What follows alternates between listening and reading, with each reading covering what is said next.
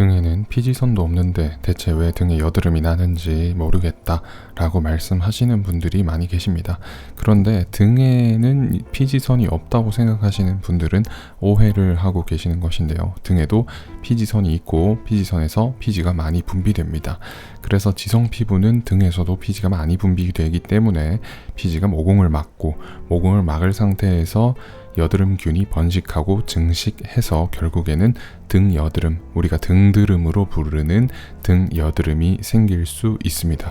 그렇다면 어떻게 등 여드름을 관리해야 되는지에 대해서 고민을 나누어 볼 수 있도록 하겠습니다. 등에 있는 피지선에서 피지가 꾸준하게 분비되면서 등에 이렇게 보습을 해주는 역할을 하게 됩니다. 그런데 문제는 여기 모공이 막힌다는 것이죠. 피지가 산화되면서 딱딱하게 굳으면 여기가 모공이 막힙니다. 그리고 아래에서 여드름균에 의해서 유발되기 시작한다 라고 생각을 하시면 되는데, 여기가 이제 모낭입니다. 모낭, 주머니, 모낭에서 여드름이 유발되기 시작하는데, 이러한 일련의 과정을 없애기 위해서는 피지를 제거하는 것이 중요합니다. 그러니까 이렇게 검게 굳고 있는 블랙헤드를 제거하는 것도 중요하고, 피지선에서 분비하는 피지를 어느 정도 관리해 주는 것도 중요합니다.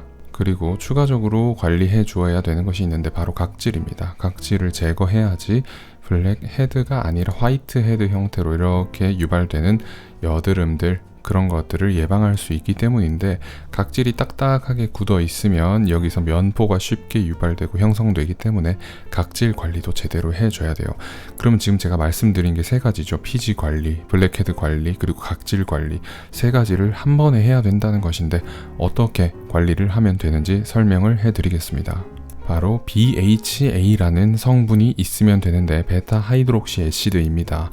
각질을 제거하고 피지를 녹여 제거하는 지용성 각질 제거 성분입니다.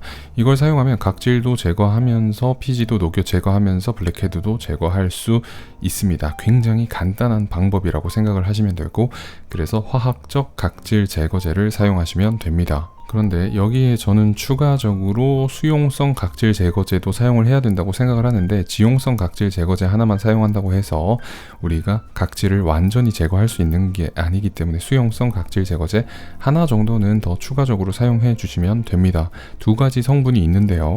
AHA 혹은 PHA 성분 중에 하나만 골라서 같이 사용하시면 됩니다. 저 같은 경우에는 PHA, BHA, 바하랑 파하를 같이 사용하시는 것을 권해드리고 있고, 아하 같은 경우에는 이제 분자 구조를 보면 분자량이 좀 작습니다. 그래서 피부에 침투를 과도하게 많이 해서 피부가 자극을 받는 경우가 종종 있기 때문에 PHA 성분을 같이 활용하시는 것을 권해드립니다. 이렇게 각질 관리 그리고 피지 관리만 한다고 해서 어떻게 등 여드름이 없어지냐라고 생각을 하실 수 있는데, 재미있는 것은 BHA 성분이 염증을 억제하는 효능도 지니고 있습니다. 아스피린과 굉장히 구조가 유사하기 때문에 염증을 억제하는 능력까지 지니고 있기 때문에 등 여드름, 등드름에 확실한 효과를 보이는 경향이 있습니다. 물론 BHA 성분도 그냥 이 성분 자체가 좋다 이거지, 어떤 성분과 사용하느냐에 따라서 효과는 조금 다를 수 있습니다. 예를 들면 피부를 자극할 수 있는 에탄올이나 변성 알코올, 이런 성분 함유하고 있는 제품을 같이 사용하면 오히려 각질 제거는 되는데 피부가 자극을 받을 수도 있기 때문에 어떤 성분과 같이 배합되어 있는지 그것도 꼼꼼하게 따져보시고 사용하시는 것을 권해드립니다.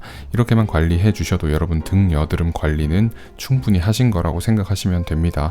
샤워하시고 나서 화학적 각질 제거제 사용하시고 나서 바디로션 발라주시면 끝입니다.